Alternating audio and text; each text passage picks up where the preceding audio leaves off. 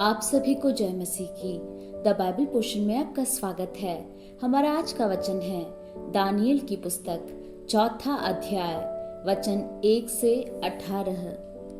नबूकदनेस्सर राजा की ओर से देश देश और जाति जाति के लोगों और भिन्न भिन्न भाषा बोलने वाले जितने सारी पृथ्वी पर रहते हैं उन सबों को यह वचन मिला, तुम्हारा कुशल क्षेम बढ़े। मुझे यह अच्छा लगा कि परमप्रधान परमेश्वर ने मुझे जो जो चिन्ह और चमत्कार दिखाए हैं उनको प्रकट करूं। उसके दिखाए हुए चिन्ह क्या ही बड़े और उसके चमत्कारों में क्या ही बड़ी शक्ति प्रकट होती है। उसका राज्य तो सदा का और उसकी प्रभुता पीढ़ी से पीढ़ी तक बनी रहती है। मैं नबूकदनेस्सर अपने भवन में चैन से और प्रफुल्लित रहता था।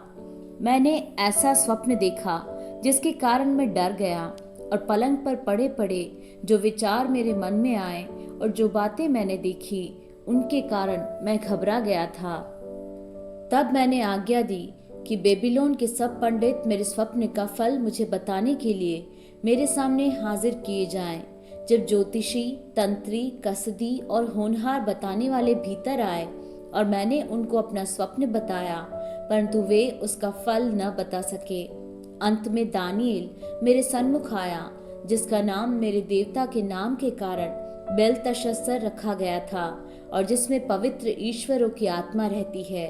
और मैंने उसको अपना स्वप्न यह कहकर बता दिया, हे बेलतशस्सर, तू तो सब ज्योतिषियों का प्रधान है।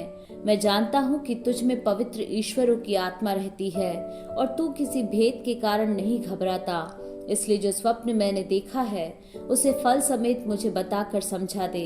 जो दर्शन मैंने अपने पलंग पर पाया वह यह है, मैंने देखा कि पृथ्वी के बीचों बीच एक वृक्ष लगा है। उसकी ऊंचाई बहुत बड़ी है। वह वृक्ष बड़ा होकर दृढ़ हो गया और उसकी ऊंचाई स्वर्ग तक पहुंची और वह सारी पृथ्वी की छोर तक दिखाई पड़ता था।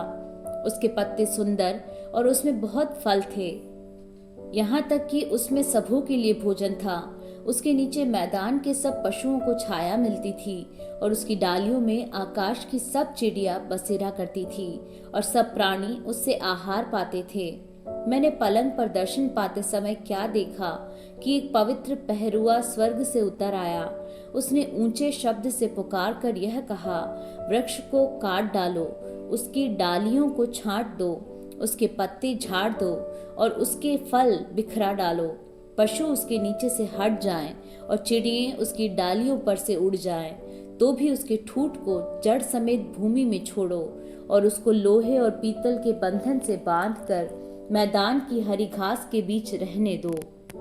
वह आकाश की ओस से भीगा करे और भूमि की घास खाने में मैदान के पशुओं के संग भागी हो। उसका मन बदले और मनुष्य का न रहे, परंतु पशु का सा बन जाए और उस पर 7 काल बीते। यह आज्ञा पहरुओं के निर्णय से और यह बात पवित्र लोगों के वचन से निकली कि जो जीवित है वे जान ले कि परमप्रधान परमेश्वर मनुष्यों के राज्य में प्रभुता करता है और उसको जिसे चाहे उसे दे देता है। वह छोटे से छोटे मनुष्य को भी उस पर नियुक्त कर देता है। मुझ नबूकदनेस्सर राजा ने यही स्वप्न देखा। इसलिए हे बेलतशस्सर, तू इसका फल बता, क्योंकि मेरे राज्य में और कोई पंडित इसका फल मुझे समझा नहीं सकता, परंतु तुझ में तो पवित्र ईश्वरों की आत्मा रहती है, इस कारण तू उसे समझा सकता है।